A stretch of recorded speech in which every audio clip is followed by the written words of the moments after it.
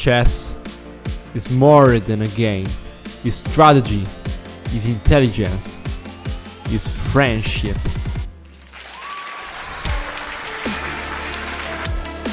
Welcome to my world. Welcome to my channel.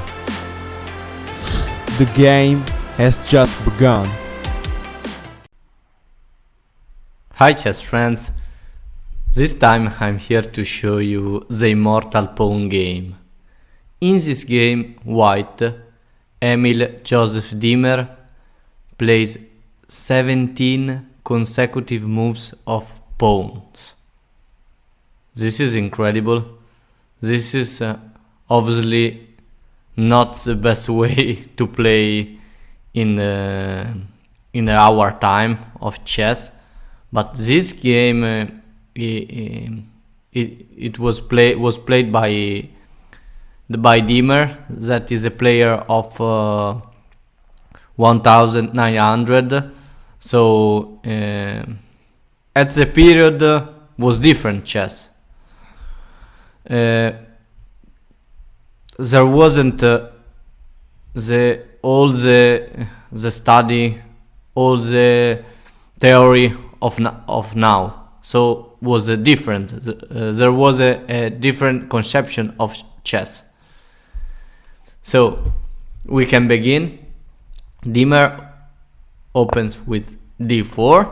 Black played knight f6, f3, d6, and e4, g6, and g4, bishop g7, and g5, attacking the knight.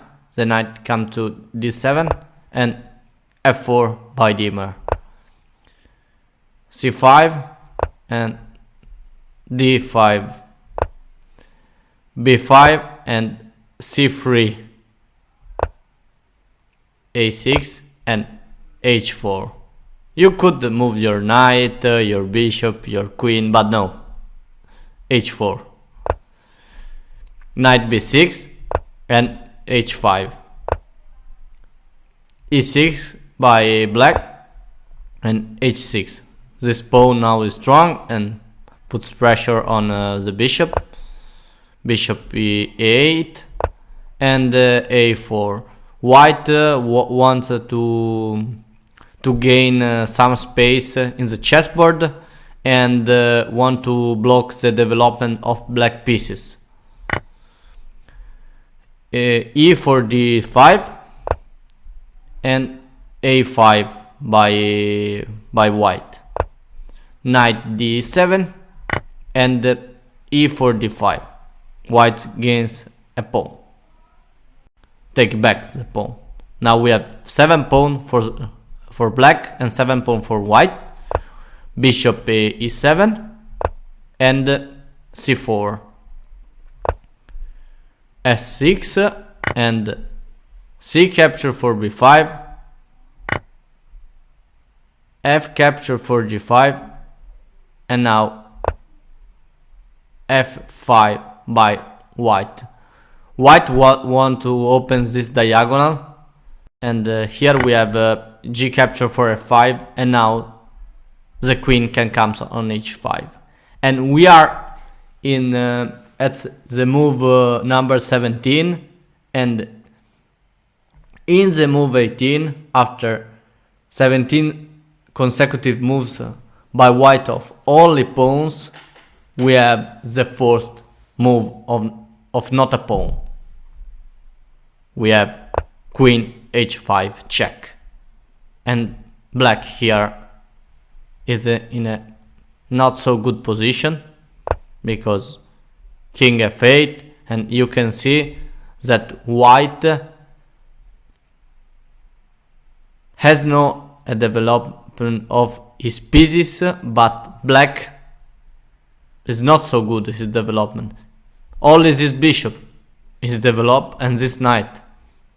So this is a point. Here white's it's better. Knight f3 and the rook g8. We have b6 by Diemer and bishop b7. knight c3 and knight f6 attacking the queen. We have this knight capture for g5. The idea is if you capture the knight with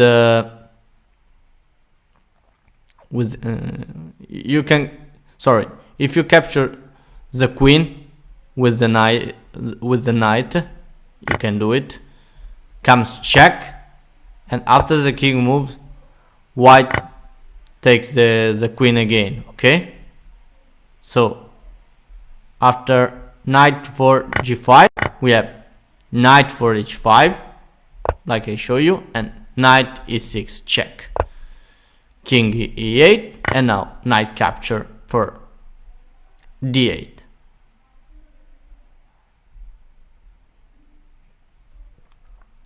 Black here plays knight g3. You have not to take the knight.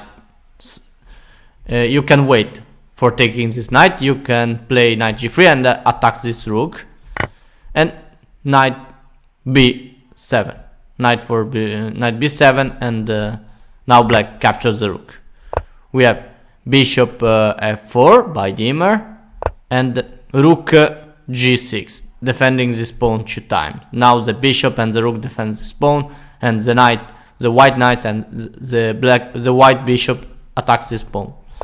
We have long castle by Diemer and knight f2 by black. Rook e1, pinning this bishop, and king d5. We have knight b5. Now this knight and this pawn are so strong, and if you capture the knight, this bishop can be activated, so could be a problem. For example, if you capture bishop for b5, this is check, and this bishop will fall. Obviously, you can see here rook capture for a7, all is completely defended, and the position is completely bad. So knight b5, and we have knight e4. With this move, black close the e file, and this bishop now is not more attacked by the rook. We have rook capture for e4, and rook g1. If you capture the rook, follows against this move, bishop check, and this is not good position for black, because here knight capture, and yeah, it's bad. So we have rook g1 attacking the bishop, and we have rook e1 defending the bishop. Rook capture for f1, rook capture for f1, and now a capture for b5. Now black can capture the knight because there is no more the bishop. Rook g1 and king c8 to attack the knight on b7. So we have knight capture for d6, bishop capture for d6, and bishop capture for d6. And now we have this position where white has 5 pawns, black 4 pawns, a bishop and a rook against the knight and the rook, but there is a problem. Here black has no space for his pieces, and this pawn are so dangerous. B pawn, D pawn, H pawn are so strong, and this is the problem. This rook is incredible strong, can come to g8 and make some check, takes the knight. So here we have knight d7. You can capture this pawn. If you capture this pawn, follows rook here, and this knight is lost. Okay, simple. So you have to find another idea. Knight, another move, knight d7, and now rook g8. This is check, the king move, and now we have rook g7. And with the rook g7, the position is completely lost for black. This knight is attack, this pawn is attack. It's difficult to defend this knight. Here we have king c8, but the only way to defend the knight, this knight well, but follows rook capture for h7, and now the h pawn is so dangerous. Rook for a5, we have b7 attacking the king,